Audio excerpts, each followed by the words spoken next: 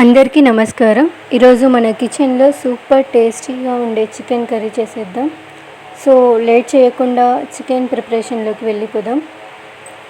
ముందుగా మసాలా కోసం కొబ్బరి తురుము, ఒట్టి మిరపకాయలు, అల్లం, వెల్లుల్లి, కొత్తిమీర, టమాటో, ఉల్లిపాయ వేసి మిక్సీలో పేస్ట్ చేయాలి.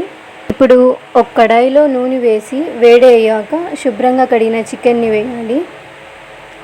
తరువాత పసుపు, ఉప్పు వేసి గరిటెతో అంతా కలిసేలా కలుపుకోవాలి. కొద్దిసేపు చికెన్ని ఉడికించుకోవాలి. ఇప్పుడు మనం రెడీ చేసిన మసాలా పేస్ట్ వేసి తగినన్ని నీళ్లు పోసుకొని ఒకసారి బాగా కలపాలి. ఇప్పుడు చికెన్ పొంగిపోకుండా కొంచెం గ్యాప్ ఇచ్చి మూత పెట్టాలి. చికెన్ ముక్కలు సాఫ్ట్ అయ్యేంత వరకు ఉడికించుకోవాలి. చికెన్ కర్రీ నూనె పైకి తేలుతూ చికెన్ కన్సిస్టెన్సీ థిక్గా ఉంటే మన చికెన్ కర్రీ రెడీ అయినట్లే. స్టవ్ ఆఫ్ చేసి సర్వ్ చేసుకోవడమే. చికెన్ కర్రీ పలావ్ అన్నంలోకి కానీ వైట్ రైస్లో కానీ తింటే చాలా టేస్టీగా ఉంటుంది.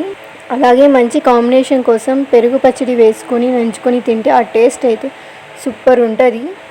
మీకు ఈ చికెన్ కర్రీ నచ్చితే లైక్ చేయండి. ఇలాంటి మంచి రెసిపీస్ కోసం మన ఛానల్ని సబ్స్క్రైబ్ చేయండి.